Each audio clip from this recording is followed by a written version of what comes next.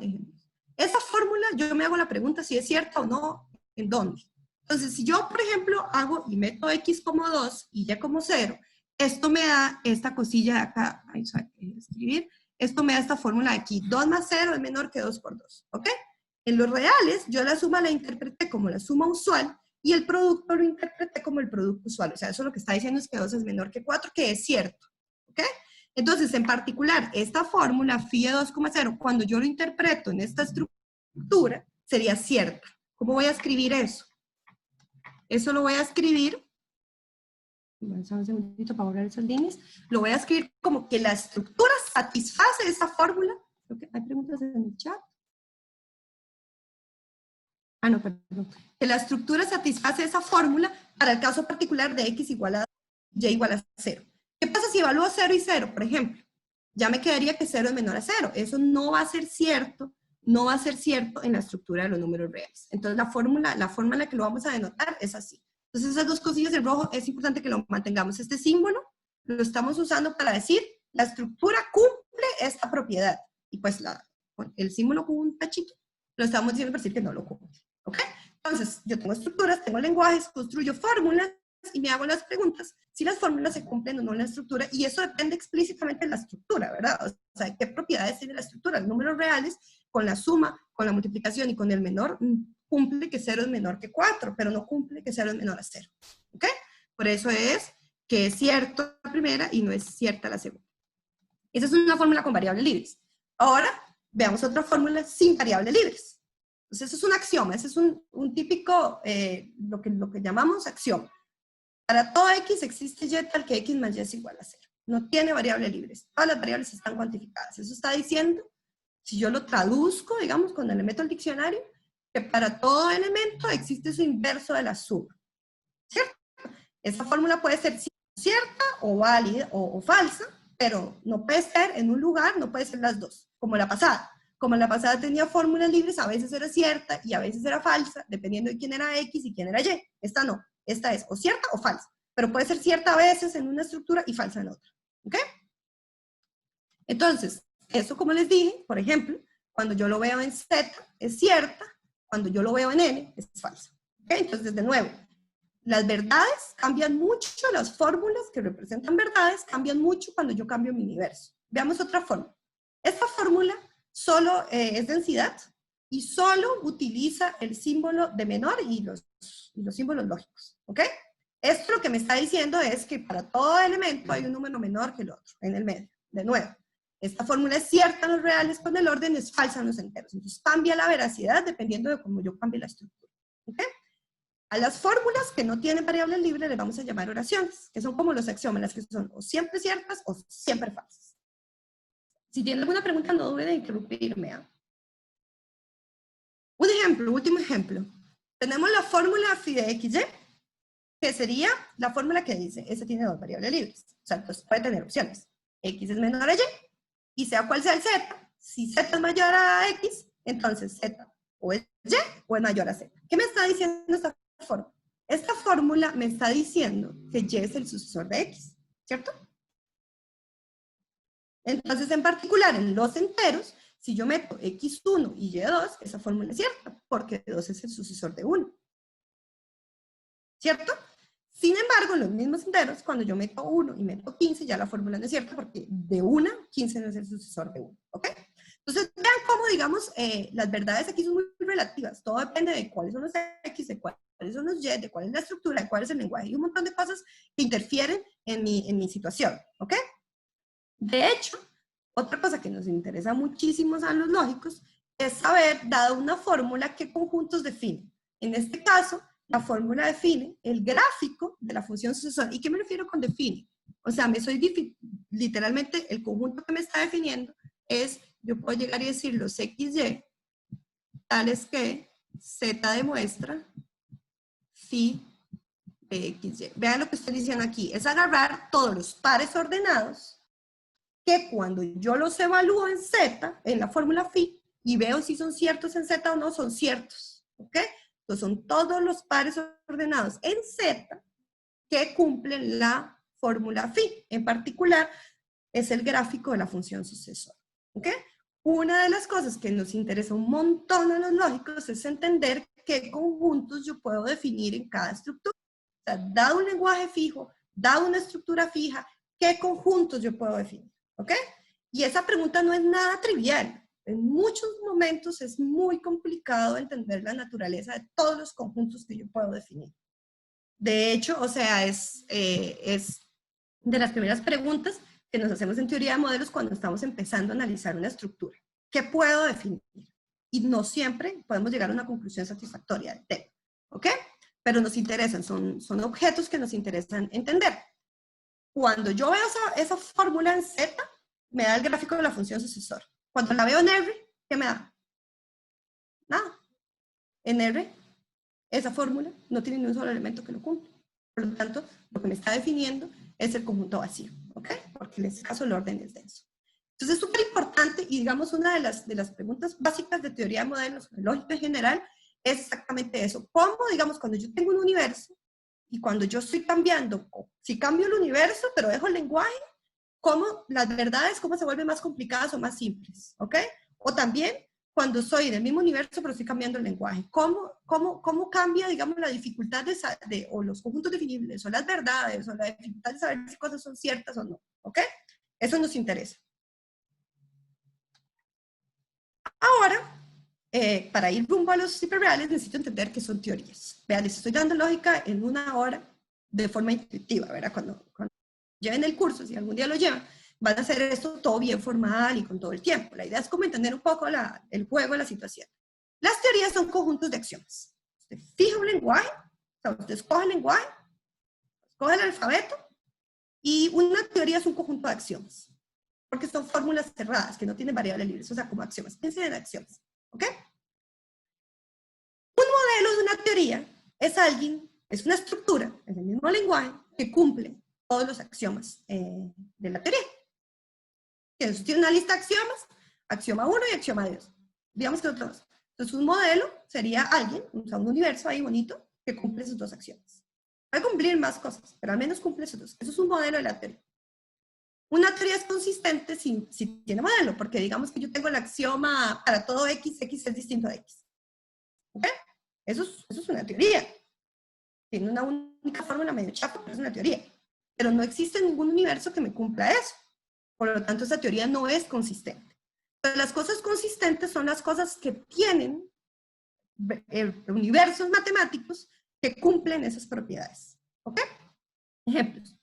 Aquí yo sé que hay muchos estudiantes de 150 y que no saben qué es un grupo, pero más o menos, porque yo les he mencionado esa palabra. Entonces, un grupo, digamos, quiero hablar de qué es un grupo, entonces usted sabe que en un grupo usted tiene una operación, tiene el inverso de esa multiplicación, por ejemplo, tiene la suma, tiene el inverso de la suma y tiene un elemento neutro, el cero. Entonces trabajo con el lenguaje de teoría de grupos y que cumplen los grupos, cumplen propiedades respecto al elemento neutro, a la suma, bueno, a esa operación y a su inverso. Es axiomas de un grupo. ¿Ok? Ahí está. Los axiomas de un grupo, bueno, que 0 es el elemento neutro con la suma, que si usted a todo elemento le suma al menos x da 0, para arriba, para atrás, para adelante, y digamos asociatividad. Esos son tres, para un grupo cualquiera, esos son tres elementos, los axiomas que yo necesito en la teoría de grupos. ¿Qué es lo que pasa? Esas son todas fórmulas. ¿Qué lenguaje usted? Usé el lenguaje de grupos, no dije nada raro, paréntesis para todo, li, no hay nada extraño. ¿Qué dice que es una teoría? Dice que es un conjunto de oraciones. Es un conjunto de oraciones, no hay variables libres, ¿ok? Son falsas o son ciertas, pero nos damos cuenta que cualquier grupo cumple esas tres cosas. Cualquier grupo, cualquiera. Piensen, por ejemplo, en los números reales donde ustedes solo ven el más, el menos y el cero. En los enteros donde solo ven el más, el menos y el cero. Todos esos elementos matemáticos, esos objetos matemáticos, cumplen esos tres axiomas. ¿Ok? Por lo tanto, esa teoría es consistente. ¿Por qué? Porque hay un montón de modelos de esa teoría, muchísimos, hay un montón y muy diferentes entre sí, porque no solamente, o sea, dependiendo del grupo que usted agarre, cumple cosas más bonitas o menos bonitas, pero de fijo cumplen esos tres. Entonces, la teoría es consistente porque cualquier grupo cumple esas tres cosas, entonces hay al menos un universo matemático que me cumple los tres axiomas, ¿ok? Y además, cualquier cosa que cumpla esos tres axiomas va a ser un grupo. Eso es un ejemplo de una teoría. Ahora resulta ser que, bueno, juntándole cosas a la bolsa, a nosotros nos Los lenguajes, las fórmulas, los modelos, las estructuras y las teorías. ¿Ok? Una teoría igual, de nuevo, anillos conmutativos con unidad, por ejemplo. De nuevo, a los estudiantes sí se encuentran en pánico, pero ya hemos hablado un poquito cuando hablamos de qué propiedades cumplía R, por ejemplo, con la suma, con el producto, con el 0, con el 1. ¿Y qué cumple? De nuevo, estoy en el lenguaje de anillos y tengo un montón de axiomas. Tengo el axioma de conmutatividad de la suma, asociatividad de la suma, que 0 es el neutro. Ven que todas estas cosas que yo estoy escribiendo acá son las reglas básicas de qué es un anillo conmutativo con unidad. Lo único que le hace falta para hacer un cuerpo son los inversos de la multiplicación, que también lo puedo escribir. Entonces, ahora tengo más axiomas, pero no importa. Cualquier cosa que cumpla esos axiomas sería un modelo de la teoría de anillos conmutativos con unidad. Por ejemplo, R, con ese lenguaje ahí, cumple todo eso. Q también, los complejos también. Esa teoría es consistente. Cualquier otra cosa en el universo que cumpla todas esas cosas va a ser un anillo conmutativo con unidad. Al menos, puede ser de paso un cuerpo, pero al menos, ¿ok? Entonces la teoría es consistente. Entonces resulta ser que ahora nos interesan las teorías. Y las teorías es de las cosas que más le interesan a la gente que hace teoría de modelos. Entonces resulta ser, aquí eso es un pelín antes que el resultado de Robinson, pero llegó Gödel. Gödel fue probablemente de los, si no, de los lógicos, bueno, es de los lógicos más importantes de la historia, y llegó a probar dos resultados que son importantísimos en el desarrollo de la lógica moderna. El teorema de completitud y el teorema de incompletitud. El teorema de incompletitud, no lo voy a mencionar ahora, eso amerita una charla entera, es chivísimo, pero básicamente es una cosa alrededor de que si yo puedo o no puedo probar todas las verdades. O sea, es un spoiler alert, no voy a hablar tanto, pero es súper cool. Pero el teorema de completitud, ¿qué es el que me interesa? Que además cuando uno lo ve al principio como que siente que se contradicen entre sí, porque uno se llama completitud y otro se llama incompletitud, pero no, pero ya vamos un poquito a eso. Entonces, Gödel mostró el teorema de completitud y mostró un corolario súper importante, que es el que vamos a ver acá, que es el teorema de compacidad. Pero no piensen, o sea, es la compacidad de la lógica, porque en matemática hay muchas cosas que hablan de compacidad. Estamos hablando del teorema de compacidad de lógica, ¿ok?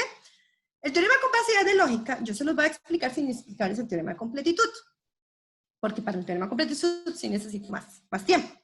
Pero ¿qué es lo que menciona el teorema de compacidad? Vean qué bonito. El teorema de compacidad parece fácil y ni siquiera parece tan raro cuando uno lo lee. El teorema de compacidad dice que si usted tiene una teoría, o sea, un conjunto de axiomas, que cumple, que todo subconjunto finito tiene un modelo, o sea, si todo subconjunto finito es consistente, la teoría tiene un modelo. O que el converso es trivial, ¿verdad? Si usted tiene un modelo de la teoría grande, o sea, alguien que cumple todos los axiomas, ese mismo alguien cumple cualquier modelo, cualquier subconjunto finito de axiomas. Ese es el otro lado, el interesante. Pero ojo que el hecho de que cada subconjunto finito tenga un modelo, no tiene por qué ser el mismo.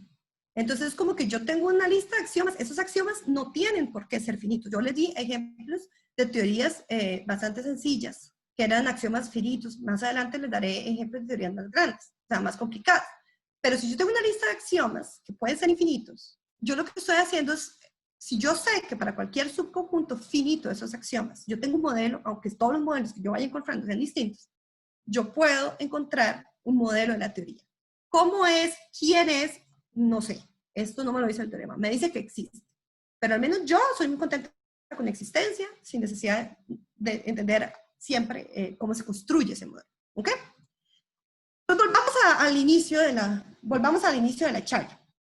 ¿Se acuerdan cuando les conté que llegó Robinson y que le dijo a todo el mundo, bueno, de lo que hizo Leibniz y Newton no estaba tan jalado del pelo, porque, o sea, si hay lugares donde hay números infinitamente pequeños y hay lugares donde hay números infinitamente grandes, o sea, no los traten tan mal. Eso es un poco lo que Robinson hizo. Aquí está la explicación, les voy a decir cómo se construye, porque realmente utilizando el teorema de compacidad, la construcción es muy bonita. ¿Ok? Consideremos la estructura de los números reales con el lenguaje de anillos y con el orden. Una cosa que ustedes han trabajado de toda la vida y la conocen, o por lo menos sienten que la conocen. ¿Ok? ¿Qué dice este teorema? Este teorema dice que existe una nueva estructura, y aquí viene un símbolo que no les he definido, este de acá. Se llama elementalmente equivalente. ¿Qué significa elementalmente equivalente? Elementalmente equivalente dice que satisfacen los mismos axiomas, las mismas verdades, las mismas oraciones que yo puedo escribir en este lenguaje de acá. Es decir, que sea cual sea la fórmula phi La primera estructura satisface phi, sí, solo sí.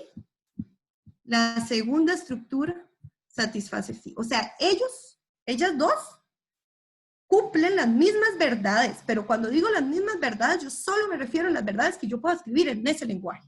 ¿Ok? Eso se llama ser elementalmente equivalentes. Entonces, ¿qué dice este teorema? Que dado el R usual, existe una R' que cumple las mismas verdades que R en ese lenguaje, pero que no es arquimediano. En particular, que va a existir un elemento positivo que es menor que 1 entre n, sea cual sea el número natural. Ese es el teorema. Y ese R' van a ser un modelo, van a ser básicamente los hiperreales. Uno de tantos, porque de paso hay muchos. O sea, no hay un único que exista. ¿Ok? ¿Todo bien por ahora? ¿Sí? Ok. Dona, Sami. Dime. Ese símbolo 3 barritas, entonces no es conmutativo, porque si le das vuelta, lo que estás diciendo ahí no pasa en el R sin la prima. No, sí pasa, sí es conmutativo, o sea, satisfacen literalmente las mismas fórmulas. Pero es que es importante, o sea, esto es lo mismo que decir que R' satisface phi. Sí, perdona, ya entendí. Estás pensando en R como anillo y no como cuerpo. Como cuerpo también. Pero entonces, como es como cuerpo, es decir, que para todo epsilon mayor que 0 existe... Es que eso no es una fórmula, William. Ahí está en el... Ahí, exacto. Esa era la pregunta correcta. Es una excelente pregunta. Gracias. Lo que estoy haciendo yo acá, y esa es la fuerza de entender lo que estamos haciendo en el lenguaje, aquí estoy hablando de fórmulas. Ojo, recuerden que en fórmulas yo no tengo ni conjunciones infinitas ni disjunciones infinitas. Son las cosas que yo puedo literalmente escribir como una concatenación finita de símbolos del lenguaje. ¿Ok? Entonces sí, eso es conmutativo y transitivo y todo eso. Y reflexivo, es una relación de equivalencia. Pero bueno, entonces, en particular, esto me está diciendo de paso que ser arquimediano no es una fórmula. Porque si fuera una fórmula, yo la puedo escribir y por lo tanto, como R la cumple, la tiene que cumplir R'. ¿Ok? Entonces, en particular, esto me está diciendo que ser arquimediano no se puede escribir como una fórmula de primer orden. Entonces, veamos la prueba. La prueba es fácil y bonita. La prueba que escribí es la prueba formal, pero yo la voy a ir poniéndola para que la lean, pero voy a ir contándoles el cuento, así como el informal. Resulta ser que para que alguien sea un arquimediano, yo necesito al menos un man que sea el man que es infinitamente pequeño. Y después él me va a generar un montón, pero no importa. Yo necesito a alguien y necesito poner nombre para encontrarlo, porque si no se me pierde. Entonces le pongo, digamos, C. ¿Ok? Entonces yo voy a agarrar el lenguaje y nosotros tenemos, y yo agarro un C, y agarro el número, la letra C, y pongo que es un símbolo constante, ¿ok? Que no sea ni 0 ni 1, porque ya 0 y 1 lo tenía en el lenguaje original y no necesitamos como que hayan dobles constantes ahí que nos enreden. Y claramente 0 y 1 no son nuestros candidatos. Agarro el lenguaje de anillos ordenados y le meto un símbolo constante. Esto es otro lenguaje nuevo, pero es un lenguaje que extiende al primero. Y no es tan grave, es como agarrar el lenguaje original y meterle como un nombre extra. Así ya tenemos el lenguaje original y tenemos a Laura, que la metimos extra. Eso solo queremos identificar quién es.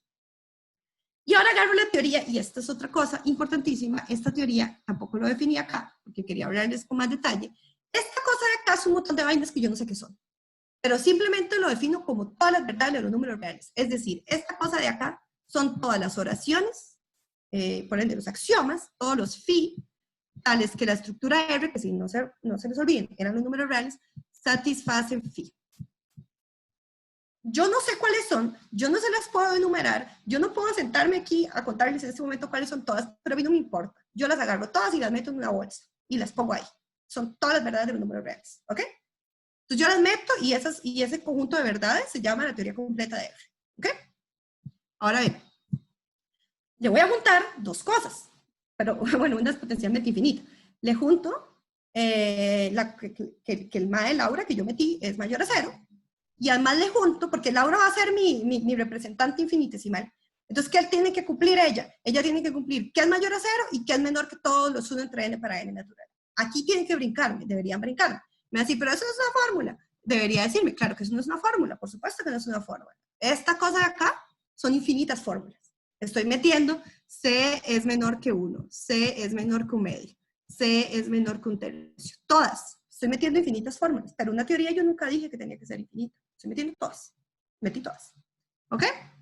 Entonces, listo. Tengo esta teoría que tiene todas las verdades de R y un maese, una Laura, que es mayor a 0 y menor a todos los 1 entre n. Encontrara un modelo de T, si yo encontrara un modelo de T, ese MAE cumpliría todas las verdades que yo puedo decir de los números reales con el lenguaje de anillo y tendría a alguien que se llama Laura, que es infinitesimal. ¿Ok?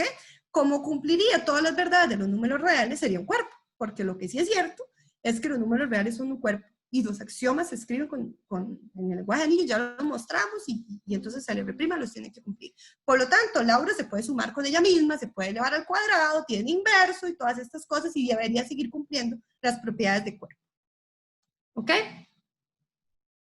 Es posible exigir un tal T. ¿A qué se refieren con exigir?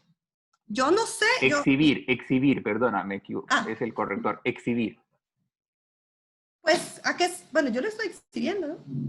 Digo, o sea, estoy describir explícitamente las verdades, pues eso ya es un problema de decidibilidad, de si yo puedo ir, digamos, en una máquina tirándome todas las verdades de los números reales, que en paso sí es cierto, pero eso no viene al caso. Pero digamos, aquí simplemente estoy metiendo un montón de fórmulas, pero eso podría ser inconsistente. Y esa es parte del problema, digamos. Yo simplemente estoy metiendo condiciones. Si yo lograra mostrar que esa cosa de ahí es consistente, entonces yo no metí cosas a lo loco, porque hay un modelo. ¿Ok? Hay alguien matemático que lo cumple. Lo que pasa es que podría ser inconsistente, porque yo no puedo meter un montón de axiomas ahí, es decir, hay un elemento que me lo cumple. El deseo es que sí, exactamente, el deseo es que T sea consistente, pero podría ser que no fuera. Eso es importantísimo. Entonces tenemos que mostrar consistencia. Pero aquí llega Gödel con su super maquinaria y me dicen, suave, encontrar consistencia, esa vaina nunca va a pasar. O sea, es muy difícil. Pero si usted logra mostrar que cada subconjunto finito de ese T tiene un modelo, listo. Ya hay un modelo de eso. ¿Cómo es? ¿A usted qué le importa? Existe. Por lo menos. Eso es como el primer punto. Entonces, más o menos esa ley. Entonces, vamos a ver primero que yo puedo aplicarle capacidad a esa teoría. Entonces, tengo que demostrar que todo conjunto finito tiene un modelo. Dese un conjunto finito, arbitrario. ¿Se acuerdan? Cuando llego y me doy, sea T0 un subconjunto de T arbitrario. Como yo tengo que mostrar que para todo subconjunto finito, eso es para mis estudiantes de 150, como tengo que mostrar que para todo subconjunto finito de T pasa algo, eso para todo, entonces me doy un arbitrario. Sea T0 un subconjunto de T finito. Bien, no sé. Pero como él es un subconjunto de T y T es este montón de cosas horrible y espantoso, lo que sí es cierto es que este T0 va a ser subconjunto de todas las verdades de R, ahí las dejo todas, no importa, pero va a ser un subconjunto, aquí me faltó dejar 0 así, dejen ese. Entonces va a ser un subconjunto de un pedacillo finito de esta cosa. Y pues bueno, puedo dejar el C mayor a 0, ¿cierto? Este T0 de fijo está contenido en todas las verdades de R, con la fórmula C mayor a 0, y además con una cantidad finita de esas desigualdades que yo metí. Entonces como que la acoto, ¿ok? ¿Existe algún número n tal que de fijo T0 está metido dentro del conjunto de los C menores que 1 entre n para n menor que un cierto n fijo? ¿Ok? Pero entonces ahora, si yo lograra encontrar un modelo de ese T0, pero sí es importante no quitar la fórmula 0 menor a 0. Si yo lograra encontrar un modelo de ese T0, ya está. Pero si yo encuentro un modelo de esta cosilla más grande, obviamente, si el modelo cumple más varas, pues cumple menos, ¿verdad? O sea, si cumple algo más grande, cumple todas las fórmulas de algo más grande, cumple todas las fórmulas de un subconjunto de eso, ¿verdad? Entonces basta con que yo encuentre un modelo de eso. Pero ¿qué es lo que dice? O sea, ¿cuántas fórmulas finitas ahí?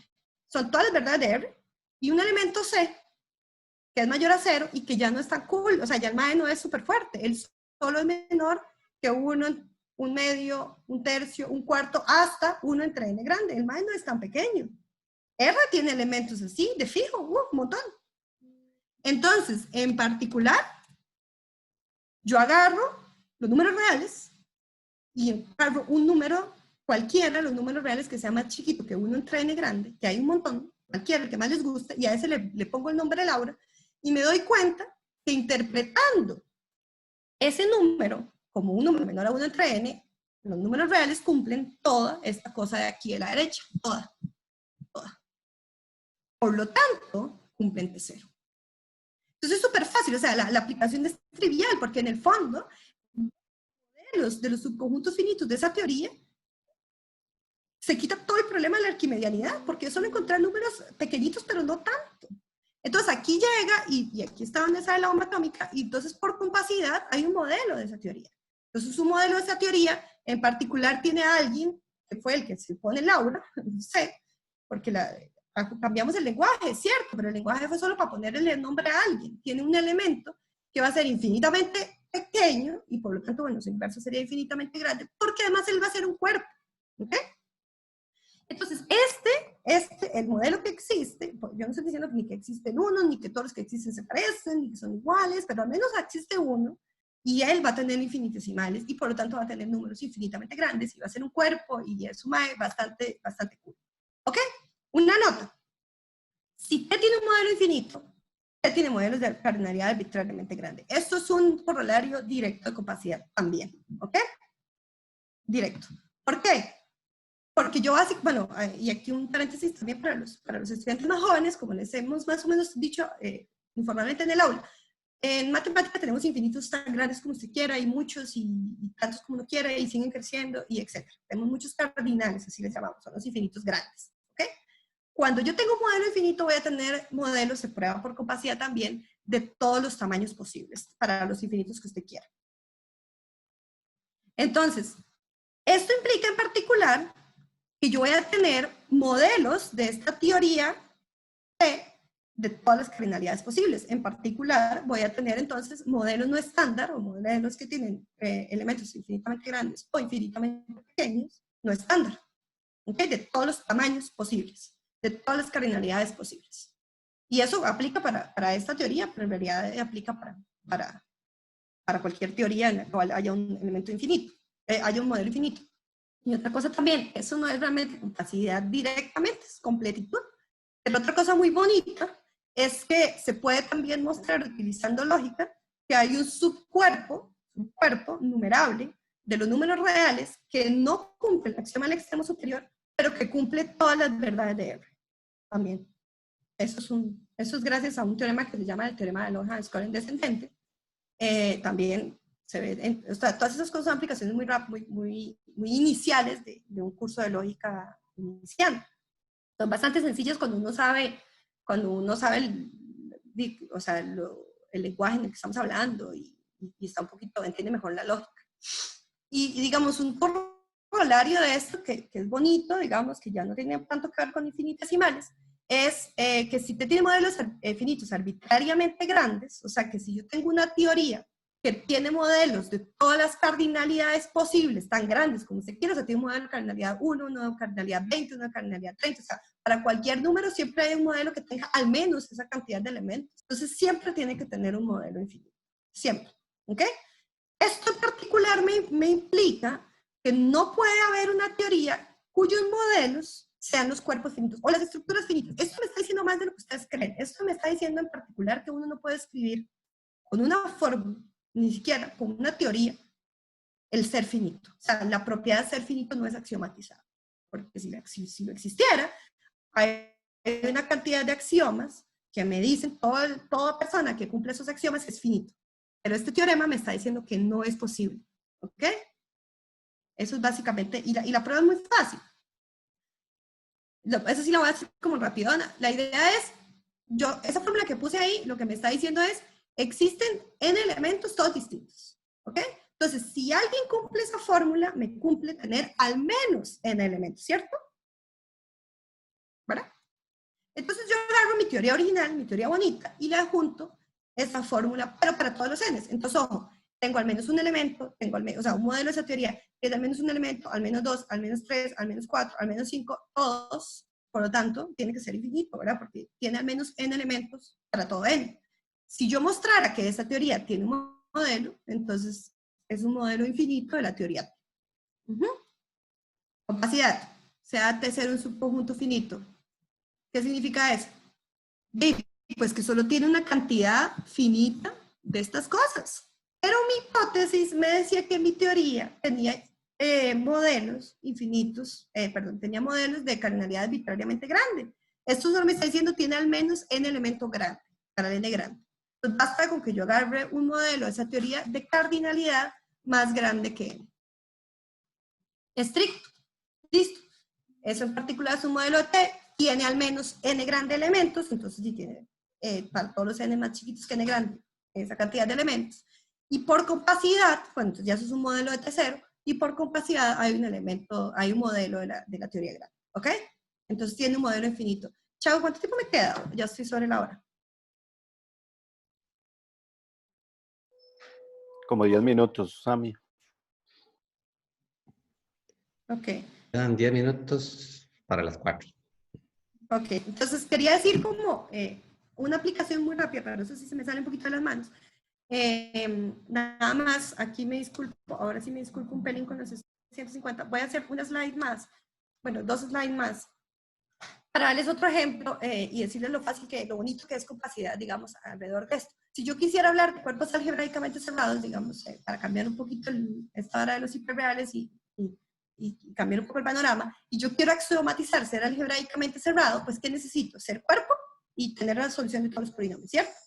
Entonces estas fórmulas también son infinitas fórmulas. Estas fórmulas que puse yo acá son los axiomas de cuerpo, y para cada n puse phi de n una fórmula que lo que me está diciendo es que todo polinomio de grado n tiene solución. Esa fórmula me dice eso.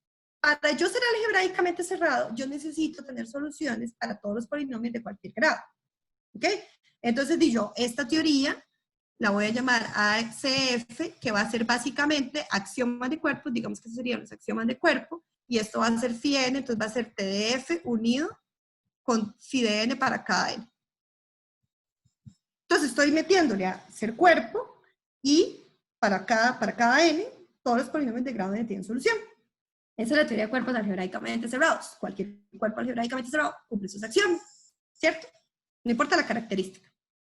Listo. Resulta ser que a partir de esa teoría me defino dos, porque resulta ser que los cuerpos algebraicamente cerrados pueden ser de característica 0 o de característica 1. ¿Ok? Entonces eso lo puedo poner con una o con infinitas fórmulas. Digamos, para el caso de característica P, significa que P por 1 es igual a 0. Eso es un abuso de notación. Eso es 1 más 1 más 1 más 1, P veces, ¿verdad? Para el P fijo es igual a 0, una única fórmula. Para decir que P es diferente para decir que es de característica 0, pues sí tengo que meter la fórmula 1 es diferente de 0, 1 más 1 es diferente de 0, 1 más 1 más 1 es diferente, todos los diferentes de 0, ¿ok? Y tengo que meterlos todos. Esta teoría cumple estas dos, porque la primera no. Estas dos teorías cumplen algo muy bonito en lógica que se llama ser completas. Ser completas es que todos los modelos de esas teorías cumplen las mismas fórmulas. Es decir, que si M y N, los dos, son modelos, por ejemplo, la primera de ACF0, la teoría de cuerpos algebraicamente cerrados de característica 0, ellos cumplen las mismas fórmulas. Lo mismo pasa para la otra. Son teorías completas, ¿ok? Como que ya realmente las verdades de los modelos están completamente determinadas por cumplir esos axiomas particulares. Son súper chidos. Y entonces, sabiendo que eso es completo, y de hecho, probar que una teoría completa puede ser bien difícil, pero probar que estas teorías son completas es el primer ejercicio que les deja uno a los estudiantes de completitud en el primer curso de lógica. Es bastante fácil. Pero probando esa teoría, asumiendo completitud, la prueba de este resultado algebraico es muy fácil. Entonces no les voy a hacer la prueba porque no me da tiempo, pero les quiero hablar un poquito qué es lo que dice este resultado. El principio de Lefschetz es un resultado que se usa además en geometría algebraica también. Entonces, lo que me está... un chat. Entonces, lo que me está diciendo es que las siguientes cosas son equivalentes. Puse un montón, pero no importa. Nada más entendamos qué significa.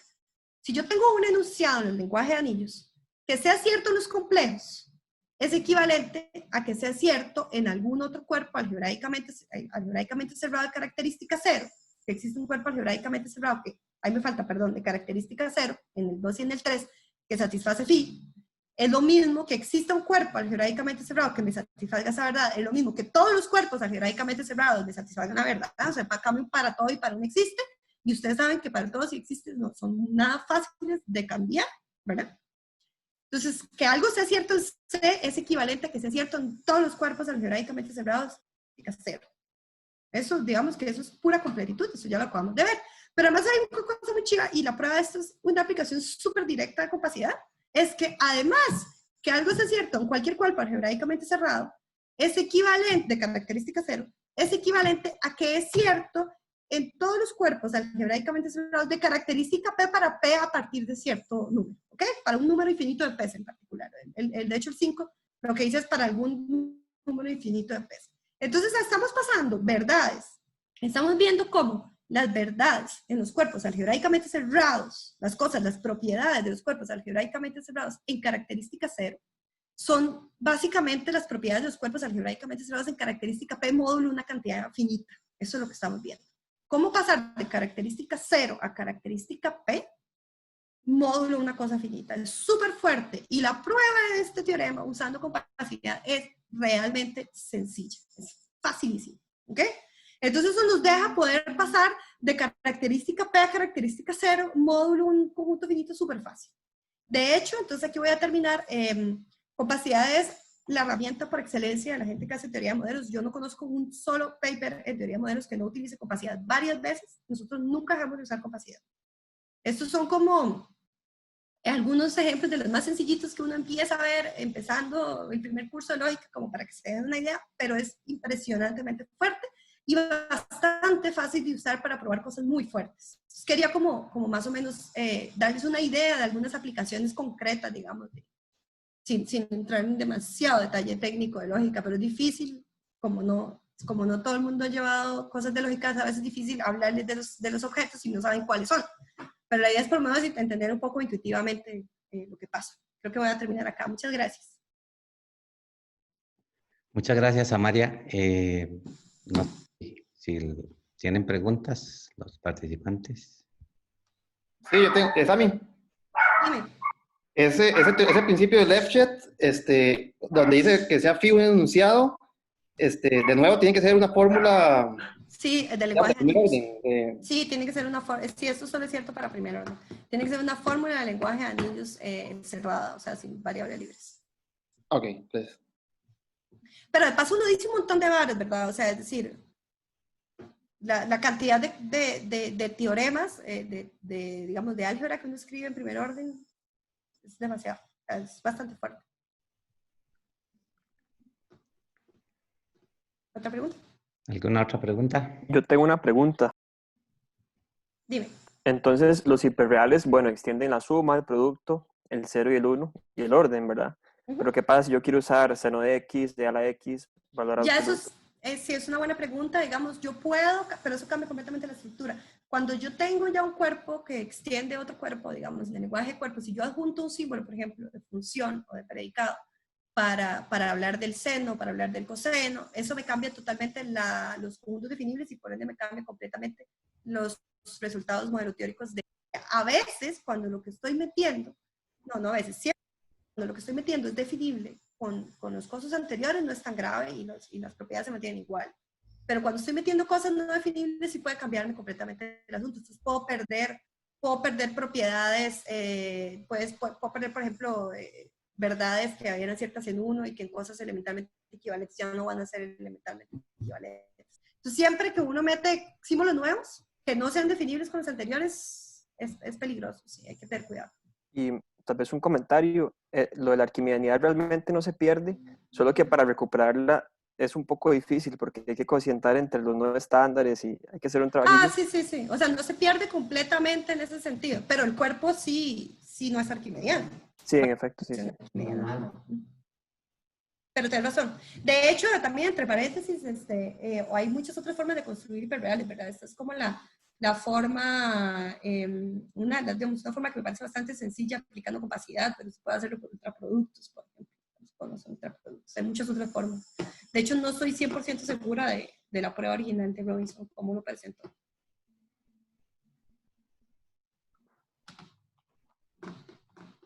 ¿Alguna otra pregunta? ¿Otra?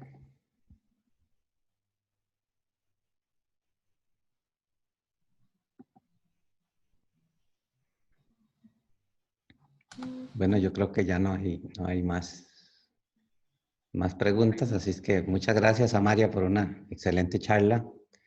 Disculpas a todos por por el inconveniente del link, que algunos supongo que llegaron tarde por eso. Espero que nadie se haya quedado por fuera. Ahí tratamos de poner el aviso en Facebook, pero bueno, sí, se nos fue un numerito en el link a la hora de hacer la publicación. Reitero por esta charla. Muchas gracias a todos por venir. Chago, Sí. yo es que tengo una sugerencia. Creo que